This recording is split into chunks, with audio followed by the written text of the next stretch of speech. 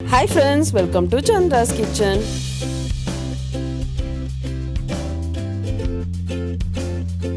இதுவரைக்கும் சந்திராஸ் கிச்சனை சப்ஸ்கிரைப் செய்யாதவர்கள் ரெட் கலர் சப்ஸ்கிரைப் பட்டனை பிரஸ் பண்ணி சப்ஸ்கிரைப் பண்ணிக்கோங்க. கூடவே பக்கத்தில் இருக்கிற பெல் பட்டனை பிரஸ் பண்ணுங்க. எங்களுடைய அப்டேட்ஸ் உடனுக்குடன் உங்களை வந்து சேரும். இன்னைக்கு நம்மளுடைய நிகழ்ச்சியில கருணக்கிழங்கு வறுவல் எப்படி செய்யறதுன்னு பார்க்கலாம். இது வந்து பிகினர்ஸ்க்காக செஞ்சிருக்கிறது.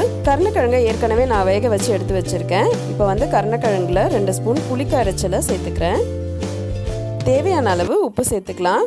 மிளகாய்த்தூள் 1.5 ஸ்பூன் சேர்த்துக்கிறேன். இது வந்து 1/4 கிலோ கருணக்கிழங்கு. இது கூட வந்து நான் 1/4 ஸ்பூன் மஞ்சள் தூள் சேர்த்துக்கிறேன். சேர்த்துட்டு நல்லா கலந்துடலாம். இது வந்து ஒரு 20 நிமிஷம் நல்லா ஊற வச்சுடுங்க. அப்போ நல்லா வந்து உங்களுக்கு காரம்லாம் உள்ளே இறங்கி நல்லா டேஸ்ட்டாக இருக்கும்.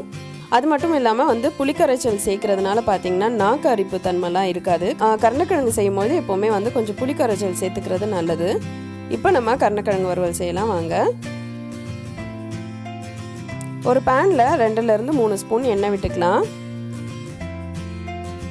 கடுகுளுந்து 1/4 ஸ்பூன் சேர்த்துக்கலாம். கடுகுளுந்து பொரிஞ்சிடுச்சு. இப்போ நம்ம சீரகம் 1/4 ஸ்பூன் சேர்த்துக்கலாம். 3 பூண்டை நசுக்கி வச்சுருக்கேன், அதை சேர்த்துக்கலாம். கொஞ்சம் கருவேப்பிலை சேர்த்துட்டு நல்லா இதை வதக்கிடலாம். இப்போ இது எல்லாமே நல்லா செவந்துடுச்சு. இப்போ நம்ம கருணக்கிழங்கு இதோட சேர்த்துக்கலாம்.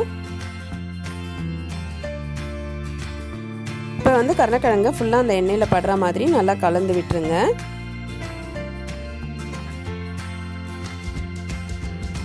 இந்த கருணக்கிழங்கு 2 பக்கமும் நல்லா செவந்து வர அளவுக்கு இதை வந்து வறுத்துக்கலாம். இப்போ நம்ம வந்து இதை திருப்பி போட்டுடலாம்.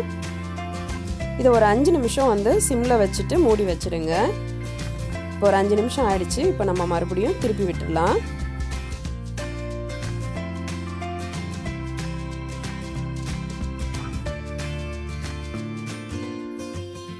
இப்போ நம்ம இன்னும் ஒரு 2 நிமிஷம் வந்து இதை மூடி வச்சிடலாம். இப்போ பார்த்தீங்கன்னா 2 பக்கமும் நல்லா செவந்துருச்சு. நம்மளுடைய கருணக்கிழங்கு வறுவல் ரெடி ஆயிடுச்சு. நீங்களும் இந்த கருணக்கிழங்கு வறுவலை உங்கள் வீட்டில் செஞ்சு பாருங்கள். உங்களுடைய ஃபீட்பேக்கை எங்களுக்கு சொல்லுங்கள்.